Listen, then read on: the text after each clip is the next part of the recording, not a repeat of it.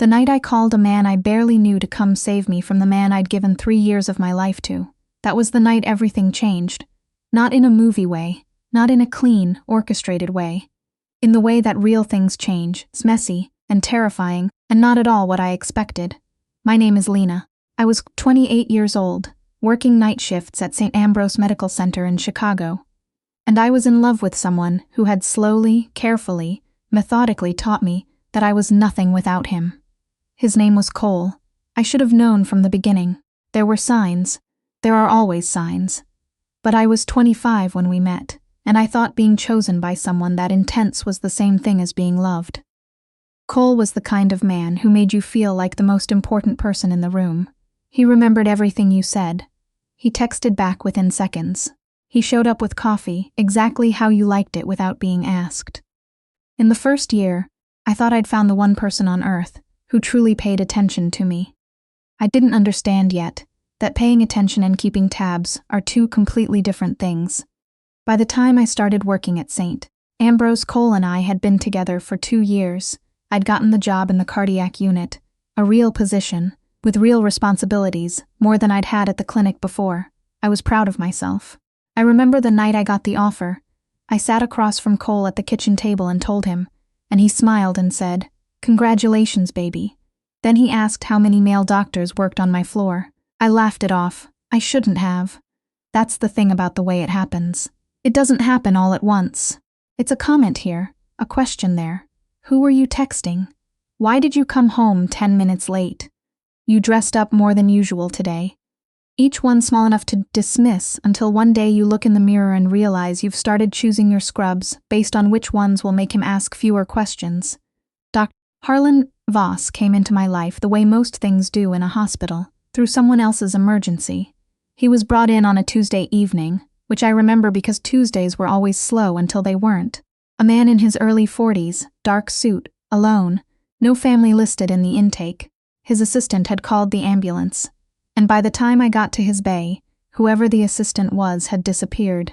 He had an irregular heartbeat and the blood pressure of someone who'd been ignoring his body for years. He was also, I noticed despite myself, the most composed person I'd ever seen in a hospital bed. Most people in that position go one of two ways. They either fall apart or they perform. Dr. Voss didn't do either. He just watched the room with these quiet gray eyes, cataloging everything, like he was deciding who was worth speaking to. He decided I was. "The machine's beeping wrong," he said when I came to check his monitor. "It's not wrong," I said. "That's what your heart sounds like right now." He looked at me for a moment. "You're not going to tell me it's nothing to worry about. I'm not going to lie to you." He almost smiled. "Good." His name, I learned when I pulled his chart, was Harlan Voss. The attending referred to him as Mr. Voss. I looked him up later that night. I'm not proud of it, but I did, and found enough to understand why the attending was being careful. Harlan Voss was the kind of name that showed up in financial news, and, occasionally, in stories that didn't have bylines. He ran a private holdings company out of River North, the kind of business that was technically legal and practically opaque. He stayed 2 days for observation. On the second morning, I brought him his discharge paperwork, and he asked me my name. "Lena," I said. "Lena Marsh, Ems Marsh." He said it like he was filing it somewhere. "Thank you for not lying to me." That was all. He left, and I assumed I'd never see him again. Cole found the discharge summary in my bag 3 weeks later. I'd forgotten I'd even kept a copy. Sometimes I brought paperwork home to finish notes. He unfolded it, read the name, and asked me who Harlan Voss was. I told him. "A patient. 2 days. Nothing." Cole nodded slowly. Then he picked up my coffee mug and threw it against the kitchen wall. He didn't hit me that night. He didn't have to. The mug was enough. It landed in pieces on the tile, and I stood there in my socks and I thought very clearly, I should leave. And then I thought, just as clearly, but where would I go? That's the trap, and it works because it's practical. I'd moved into Cole's apartment 18 months earlier. My name wasn't on the lease. I had money in a joint account that I'd been told was smarter than separate accounts. My closest friend from nursing school, Petra. Wait, I can't use that. My closest friend, her name was Bex, and she'd moved to Portland the year before, and we'd drifted in the way that people drift when one of them is being slowly isolated. I'd stopped calling her because Cole always had questions afterward about what we'd talked about. and it was easier not to deal with it. So I stayed, and I told myself that one broken mug wasn't a pattern. I ran into Harlan Voss again in December, 4 months after his discharge. I was getting off a night shift at 6 in the morning, exhausted, still in my scrubs, and he was standing outside the hospital entrance on his phone. I don't know what he was doing there. I didn't ask. He saw me, ended his call, and said, "Mrs. Marsh, you look like you haven't slept." 12-hour shift, I said. I was just visiting someone, he said, which didn't quite answer a question I hadn't asked. Are you all right? I don't know why that question hit me the way it did. It wasn't the words. Plenty of people ask if you're all right. Most of them don't actually want to know.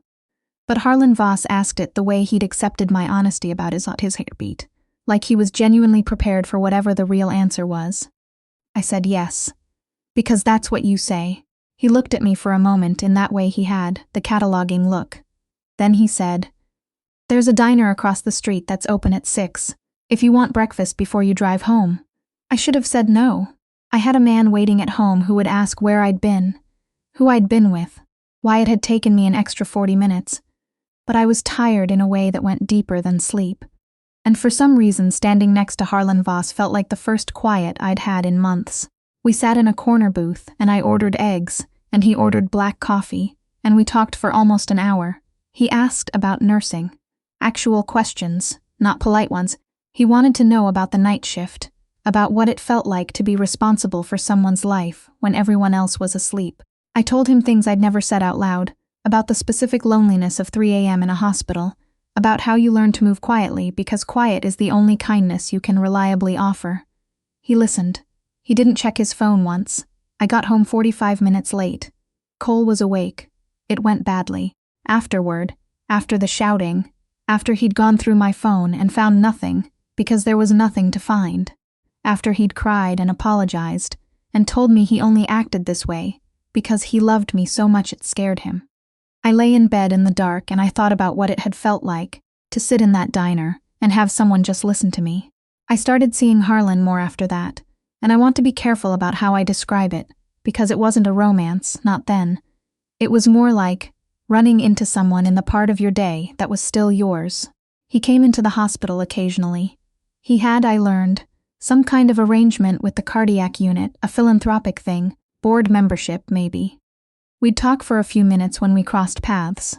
Sometimes he'd text. He got my number from, I assumed, the hospital directory, to ask a question about a medication, or occasionally just to say something he'd apparently thought I'd find interesting. An article, a piece of news, nothing personal. Cole found the texts in February. There weren't many, and none of them were what he accused them of being. But it didn't matter. What mattered was that I had been talking to a man and not telling him about it, and to Cole, that was a confession. That was the first night he grabbed me. Not a hit. His hand around my wrist, hard enough to leave a mark that faded by morning. He didn't mean to, he said afterward. He'd never done anything like that before. He was so sorry. He booked us a weekend in Michigan as an apology. I went. I have thought about that choice every day since. By March, I had learned to delete texts immediately after reading them. I had learned which lies were safe and which ones he'd check. I had learned that there was a version of living in that apartment that worked. As long as I managed it carefully enough, and I had started to believe that managing it carefully enough was the same thing as surviving. I was good at surviving. I'd been a nurse for 4 years. Survival was something I knew how to organize around. Harlan noticed something was wrong the way he noticed most things, without making a production of it. We were standing outside the unit in late March, when he looked at the way I was holding my arm and said, without any particular inflection, "That's a defensive posture. I pulled something," I said. He looked at me. I looked at the floor. "Lena," he said. He used my first name for the first time. "You don't have to tell me anything, but I want you to know that if something is wrong, I'm someone you can call." "You're a patient," I said. "Former patient," he said. "And whatever else I am, I'm someone who pays attention." I didn't call, not then. I went home, and Cole had made dinner, and we ate it without talking about anything real, and I thought, this is fine, this is manageable. In April, Cole lost his job. He'd been in sales, pharmaceutical sales actually, which has a specific irony given where I worked, and the company had a round of layoffs. It wasn't his fault. I knew that, I told him that. But Cole without structure was a different thing from Cole with a schedule, and the weeks after the layoff were the worst of our 3 years together. He started drinking earlier in the day. He started needing to know where I was every hour, in a way that was no longer even pretending to be affection. He went through my bag one morning and found a personal journal I'd started keeping. Nothing incriminating, just thoughts, a way of processing, and he read it out loud to me in a mocking voice until I was shaking. I stopped eating regular meals. I started taking longer routes home so I could sit in my car for 20 minutes and breathe before going inside. I started having a recurring thought that I pushed down every time it surfaced. I can't keep doing this. The night of May 12th, I was on a regular evening shift, 7 to 7. I got a text from Cole at 9 saying he'd been at the bar since 4. That wasn't unusual anymore. What was unusual was the next text at 11, which just said, "Come home now," and then another, "I know about you and him," and then another, "I'm going to make sure he knows what you are." I didn't know what that meant, and I was afraid to find out. I called Cole back. He didn't answer. I called twice more. Nothing. I stood in the staff bathroom with my phone in my hand, and I thought about who I could call. My parents were in Indianapolis, and I hadn't told them anything because I hadn't wanted to worry them, and also because some part of me had believed I could fix it myself. Bex was 3 time zones away. My coworkers, some of them knew something was wrong, I think. But I'd never said the words out loud and I didn't know how to start. My phone was open to my recent texts, and there, 3 weeks old, was a message from Harlan. "Thought you'd find this interesting," he'd written, with a link to a paper about cardiac outcomes in night shift workers. The kind of thing I'd have told him about if the situation were reversed. I stared at his name for a long time. Then I pressed call. He answered on the second ring.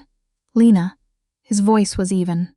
Like he'd been expecting to hear from me, or like nothing surprised him, or maybe both. I said, "I'm sorry to call you like this." And then I said, quieter than I meant to, "Can you come get me? I don't." My voice broke somewhere in there, and I had to stop and restart. I don't know who else to call.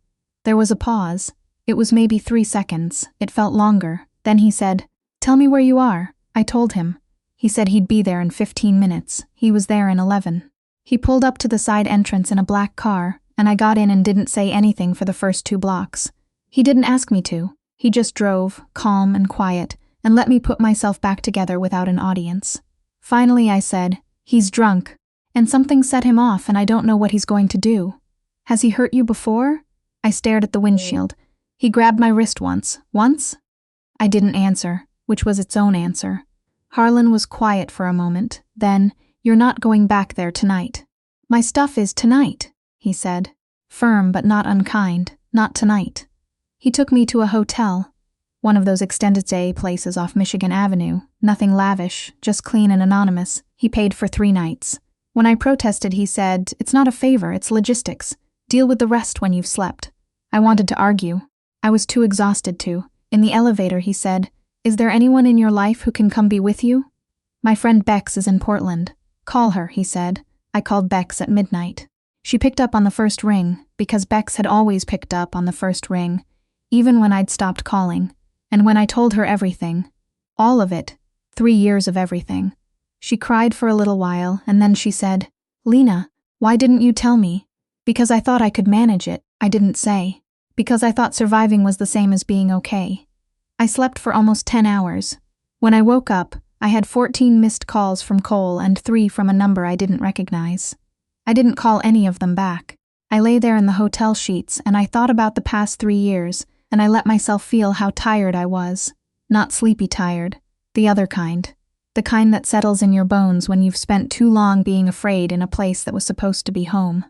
Harlan texted at noon. "You okay?"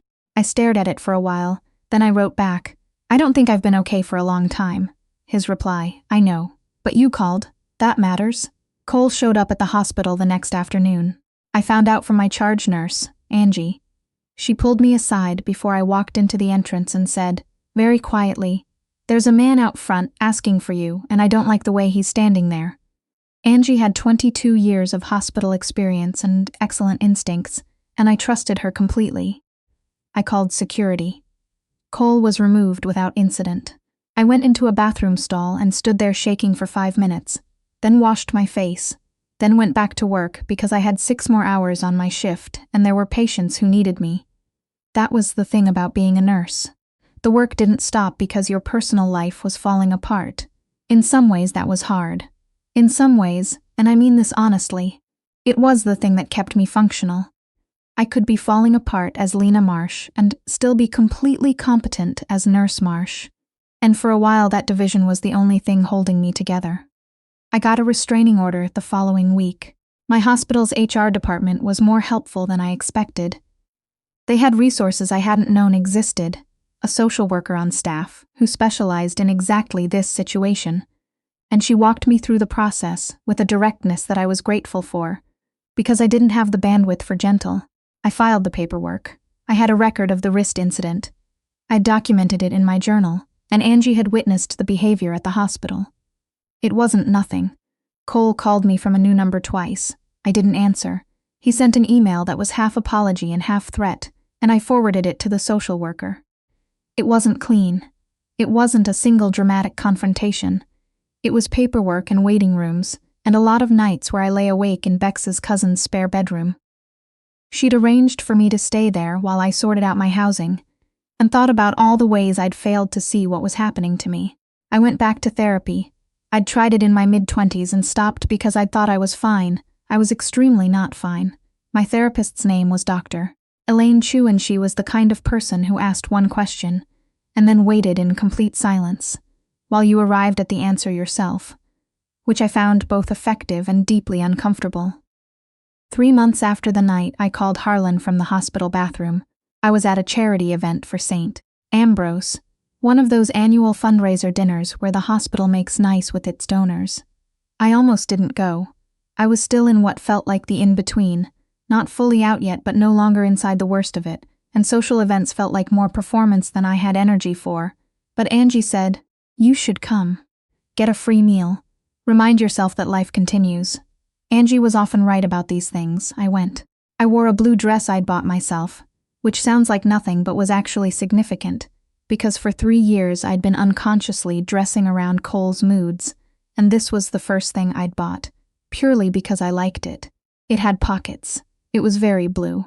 I felt for approximately the first time in months like myself. Harlan was there. Of course he was. He was on the hospital board, I knew that by then. He was across the room when I arrived, in conversation with 2 men I didn't recognize, and he saw me before I saw him. I knew because when I finally looked up, he was already watching with that quiet cataloging look, and he nodded once, like a punctuation mark. I made my way over eventually, after dinner, when people were starting to move around. He was standing near the windows with a glass of water, and he looked, as he always did, like he was entirely comfortable taking up exactly the space he occupied. "Mrs. Marsh," he said. "We're back to that?" I said. Something shifted in his expression. Almost a smile.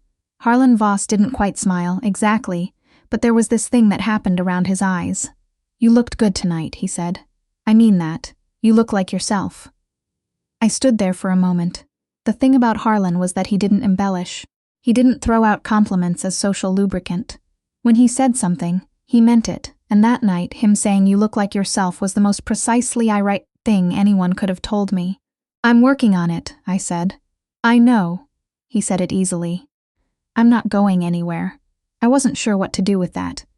I put it somewhere quiet inside myself and let it sit. We started having dinners. Slowly, carefully, with no particular urgency. Harlan set the pace in a way that managed to feel unhurried without feeling like indifference. And I was grateful for it because I didn't have a lot of bandwidth for figuring out someone else's feelings. Mostly we talked. About work, about the city, about things we'd read. He recommended books in the way that people do, when they actually want to know what you think about them afterward. I found that I had opinions about things.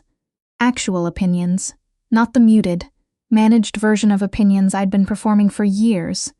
And he listened to all of them.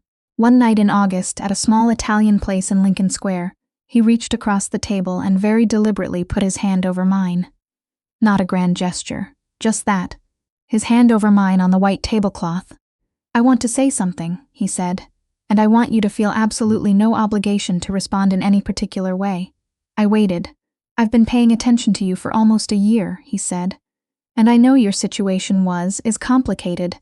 I'm not asking you to rush anything. But I also think you deserve to know that I'm not here because of proximity or habit.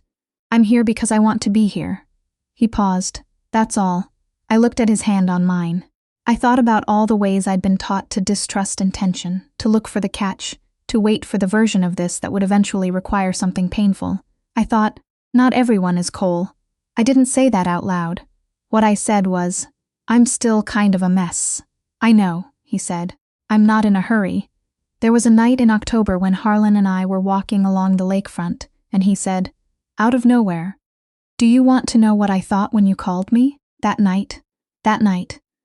I said, "Yes, I thought," he said, "that you had waited longer than you should have." And I was glad.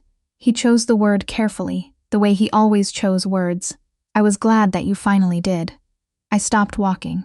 The lake was dark and cold, and the city lights were spread out behind us, and I thought about the bathroom stall, the phone call, his voice saying, "Tell me where you are." "I almost didn't," I said. "I know. I didn't think I had the right to." He looked at me then with an expression I hadn't quite seen from him before. Not the cataloging look, not the almost smile. Something more direct. "Lena, you always had the right." We stood there for a moment, and then he held out his hand. I took it.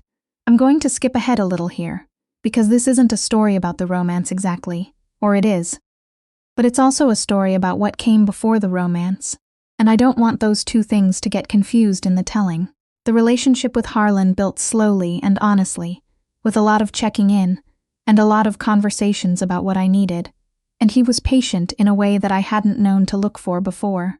He had his own complications, his business, his history, the things he didn't talk about easily and I didn't press on.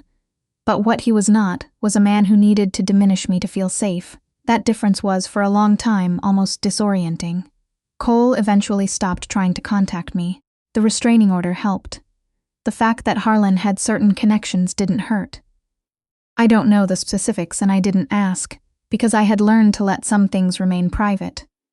What I know is that one day the calls stopped and stayed stopped, and I was able to breathe a little easier. I moved into my own apartment in September, a one-bedroom in Andersonville, with a window that got morning light and a kitchen that was entirely mine to disorganize in whatever way I wanted. I bought a coffee maker that was too expensive. I put books on the windowsill. I called Bex every Sunday. I went to therapy every other Thursday. It sounds small. It was enormous. The night Harlan asked me to move in with him, about 14 months after the phone call in the hospital bathroom, we were at my apartment, the one in Andersonville. He was in my kitchen making coffee, because he'd decided at some point that this was his job now, making coffee, and I was on the couch with a book I wasn't reading, and he set a cup down next to me and sat in the chair across and said, "I have something to ask you, and I want you to know it's not a pressure situation." I put down the book. "You always say that before something important, because I always mean it." He looked at me steadily. "I'd like us to live together. I think it's time. But I understand if you're not there yet, and I mean that without reservation." I thought about my apartment, my coffee maker, my books on the windowsill.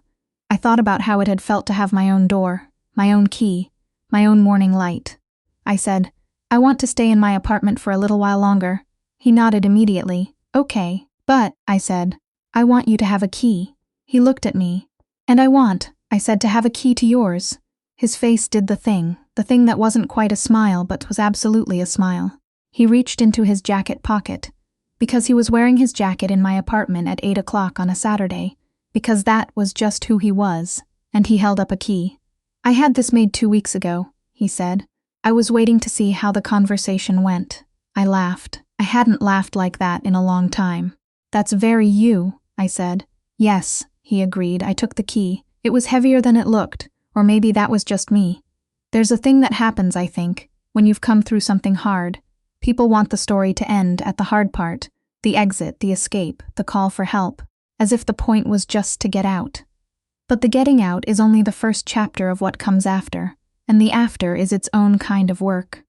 I spent a long time learning to trust my own perceptions again, learning to identify the difference between a reasonable concern and a fear that Cole had installed in me, learning to hear Harlan ask a question and understand that it was just a question, not an interrogation, learning to take up space in my own life, My therapist, Dr. Chu, said something once that I've thought about often. She said, "The goal isn't to never be affected by what happened. The goal is to not let it determine what happens next." I'm still working on that. I think I'll be working on it for a while. But I'm working on it from a place that is mine, with a person who means it when he says he's not going anywhere. And some mornings I wake up in my apartment in the early light, and I feel, quietly and without ceremony, okay. Not fixed. Not all the way out of the woods, just okay. And right now, that's exactly enough.